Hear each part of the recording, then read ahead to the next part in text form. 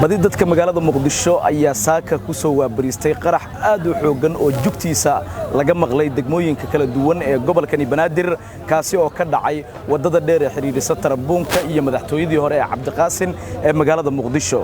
goobta qaraxa uu ka dhacay oo ahayd goob aad u mashquul badan isla markaasina ay isticmaalayeen xilliga qaraxa uu dhacayay gaadiidka noocyadiisa kala duwan ayaa waxa la sheegay in uu qaraxaasi ka dhashay khasaaro iskugu jira dhimasho iyo dhaawac oo soo gaaray dadkii wadada isticmaalayay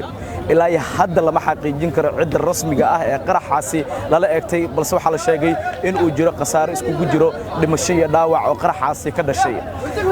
dhismooyinkii ka agdhawaa goobta qaraxa uu ka dhacay ayaa burbur xoogan uu soo gaaray waxaana ka mid ah goobaha ee burburka uu soo gaaray iskuulka Al-Mucaasir la yiraahdo oo goobta ka agdhow waxaana la sheegay in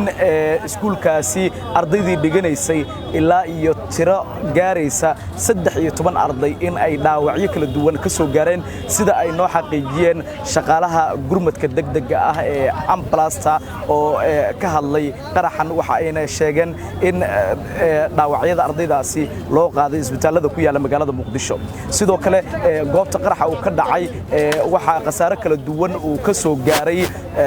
gaadiidka loo yaqaan mooto bajaajka oo ilaa iyo 3 mooto bajaaj ayaa qaraxa waxyeelo kala duwan ay ka soo gaartay waxaana dadkii saarnaa la sheegay in ay ku dhinteen halkaasi ilaa iyo 8 qof ayaa la sheegay in dhimashadu ay si cagacageynayso walaal saaka hal saac iyo 32 daqiiqo ayaa gaari ka yimid gaari Sharif oo ka yimid dhanka Tarabuunka wuxuu si lama filaan ah u qarxay afaafka hore ee iskuulka Macaas ama derbiga ka soo horjeedka dugsi sare Banaadir goobtaas waxaa marayay baabuur waadiisa kuwa UN-ka ay dadweynaha magaalada u yaqaanaan fuul laakiin duguf security la yiraahdo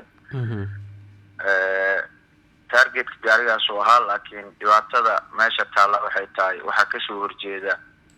dugsi iskuul ay wax ku bartaan arday waa dugsi oo saddex sare ah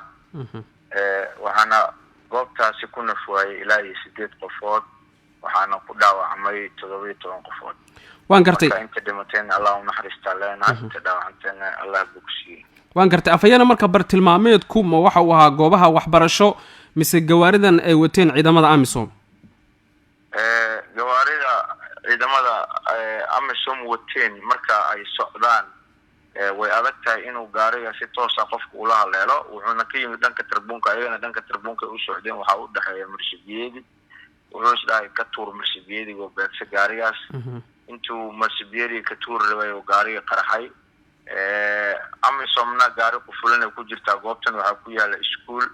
waxa Ilaahay mahadiisa inay maalin Khamiis ahayd oo ardaydu ay fasax ahaayeen laakiin dadweynihii goobaha ku kala ganacsanaya ku waxyeeloway ujeedaduna AMISOM hadii loo baahan yahay fagaare iyo wada iyo laamiye badan oo ay toos kaligeed u martaa jira ilaa iyo haddana sida idin muuqata waxa goobta ku jira laamaha amniga waxaana goobta ka socota qashinkii oo la qaadayo sidoo kale baaris ay sameynayaan ciidamada ammaanka dawladda federaalka Soomaaliya xasan kaafi xaaji maxamed Shabeelle TV goobta qaraxa uu ka dhacay Muqdisho si aad ugu adeegato Premier Wallet kaliya taabo batanka Pay ku aadi kaamirada QR-ka goobta aad wax ka iibsanayso gali lacagta iyo faahfaahin kooban taabo Next kadibna Confirm ugu dambeyntiina gali MPin-kaaga si aad u dhamayso iibsashada Premier Wallet waa habka ugu casrisan ee aad ku adeegan karto maalin kasta